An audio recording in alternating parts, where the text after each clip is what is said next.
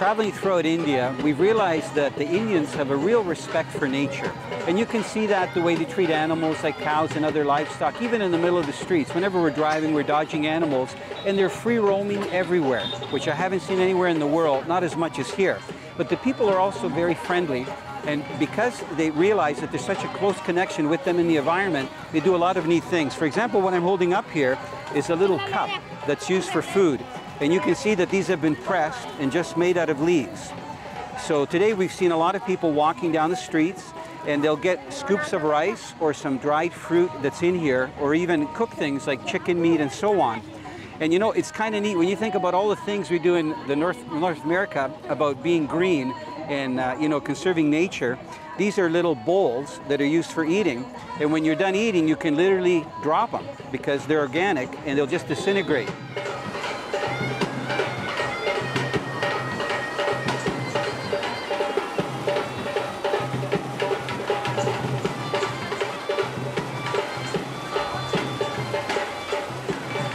Fishing in India is no monkey business. See the monkeys? They're all over the shores here, all over the roads, everywhere. And sometimes they're naughty monkeys. You know what I was told in Delhi? That the monkeys learn to take the people's clothes off the clothesline, and then they go down to the market and they barter the clothes for bananas. Where did they learn such a thing? In monkey school? Isn't that amazing? But you know what? On a serious note, we're having a blast here in India, traveling all over, seeing nice sights, and fishing for a variety of fish, rainbow trout, brown trout, golden masheer so far, and much more. Now, the two rods that we brought for the masheer, one, it would be considered a medium action rod. This particular rod is part of the Magnum series from Rapala, and it's a 4-piece rod. So I'm going to demonstrate it. Look, 1 piece, actually 3-piece, 2-piece, 3-piece. So it's ideal. It is a 4-piece, I forgot. It looks so slick that you can't tell. So this is very easy to transport. And with that, we have a wrap reel, the Rapala reel, and it's loaded with Suffolks, and this is the Tangerine Orange 8-pound test line, and it's called the Titanium Plus. Very good line to use with a fluorocarbon leader. Now, the other rod that I have in my right hand is part of their tournament series. So this is really what tournament fishermen or very serious fishermen would use. This is called the R-type, and it's 2-piece. And this particular one is medium heavy action, and it's also rigged with an R-type spinning reel, so it's matched perfectly. On this reel, we have 10-pound test, 100% castable fluorocarbon, and it's from Suffolks. Then on both lines, for about the last 2 feet, you can see where the knot is right from here, about 24 inches down to my snap swivel, is 10-pound test fluorocarbon.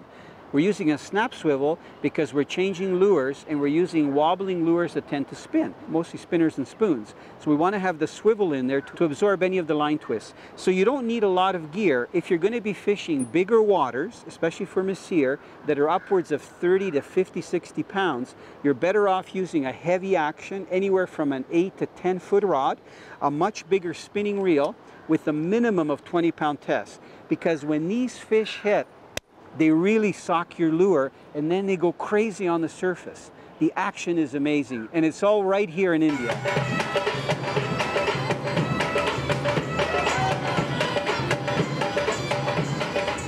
You know, one of the things that you notice whenever you travel across India is that the people are very spiritual here. It's actually a plethora of different religions. But what we've seen this morning, and I asked the crew to pull over, is there's a pilgrimage. There's so many people that have been walking, thousands of them down the road.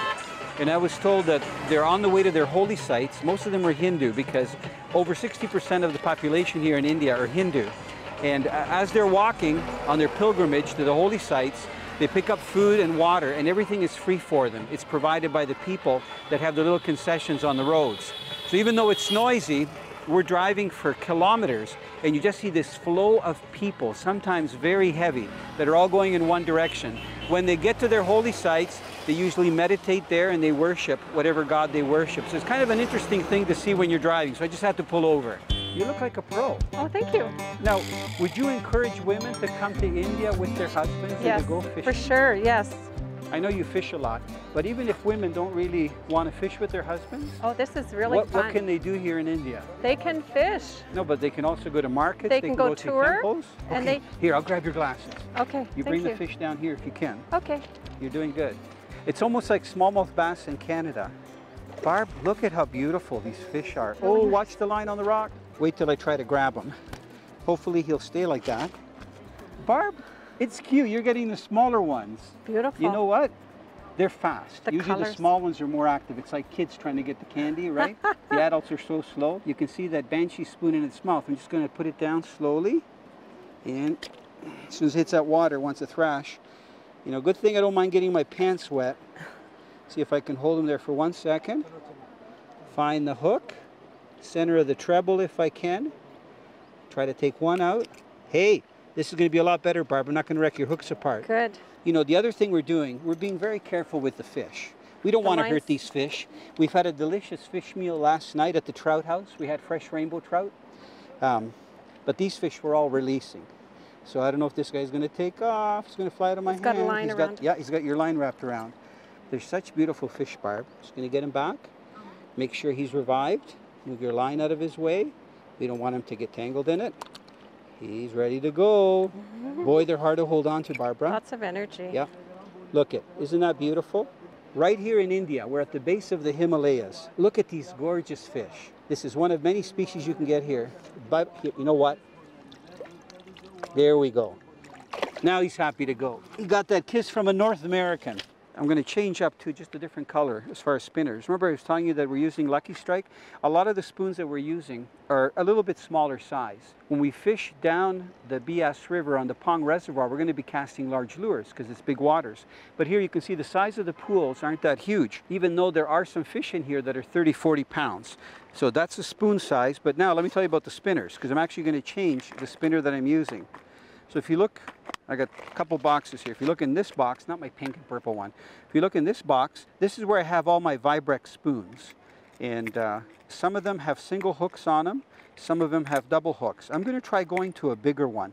I've been using a number 3. And this is a number 4. It still has an orange bell on it. And I just got to take off the snap. Now, the unique thing about a Vibrex spinner is that it has a nice flashy blade, but the key feature is this bell. Notice that inside the bell there's a gear, and if I spin it, it spins around. The company claims that when it's going through the water and the water goes through the bell actually oscillates from side to side. And if I were to put this close to my microphone, you might be able to hear the hitting. That's why it's called a Vibrex. You hear that noise? That's the actual bell hitting the gear that's inside. So it's spinning and hitting besides the blade, making a lot of action. So it's going to take me 1 second to replace this, and then I'm back to fishing.